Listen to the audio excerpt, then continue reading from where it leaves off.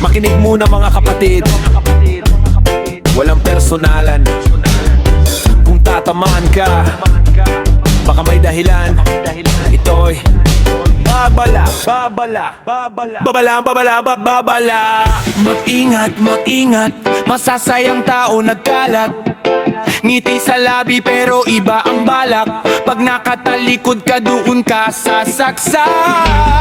Matatamis at mabubulaklak na salita, yan ang unang gamit sa pagpapakilala. Kukunin ang loob bago bumira. Pagtiwala mo unti-unting sisirain nila. Akala mo tunay, akala mo kaibigan, pero pala'y naghahanap lang ng mabibiktimahan. Mabait sa umpisa, parang anghel ang dating, hanggang sa huli iiwan kang wasak ang damdamin. Paano kaya nila nasisikmurang mabuhay sa perang galing sa panlilinlang at kasinungalingan? Paano nila naipapakain sa pamilya nila ang perang galing sa pambubudol at pandaraya?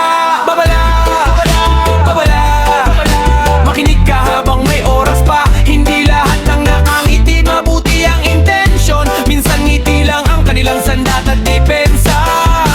Babala, babala, maging mapagmatiyag, huwag magpalinlang. Buksan ang isip, gamitin ang pakiramdam. Baka ikaw na ang susunod nilang target yan. Minsan mapapatanong ka na lang, sino nga ba ang may kasalanan?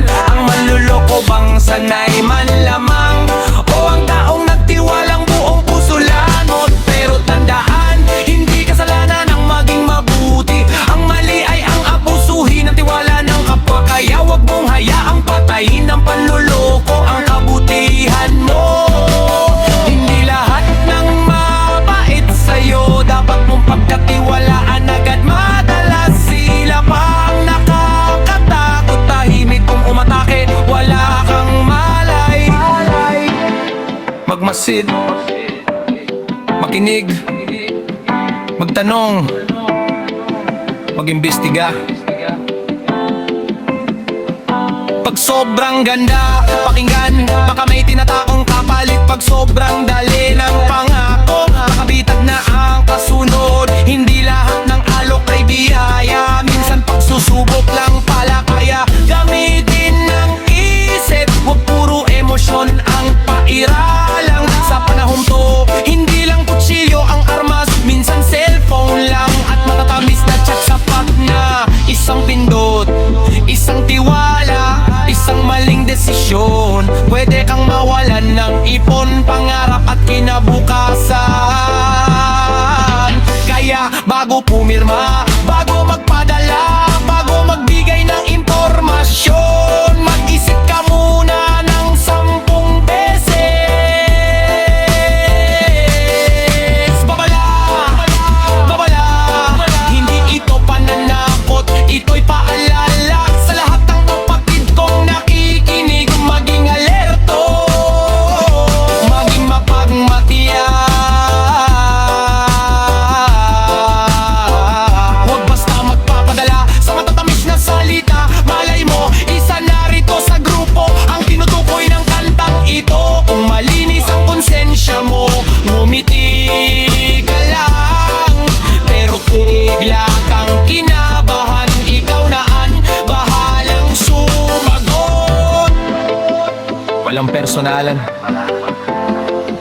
babala lang ito.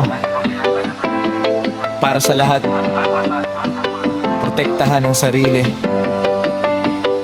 protektahan ang pamilya, at huwag hayaang manaig ang kasinungalingan. Babala, babala, babala.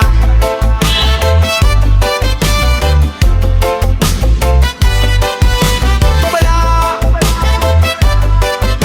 babala.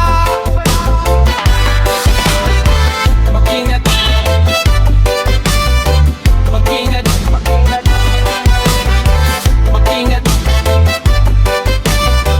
mag-ingat, mag-ingat. Magingat, magingat, magingat, magingat, magingat, magingat, magingat.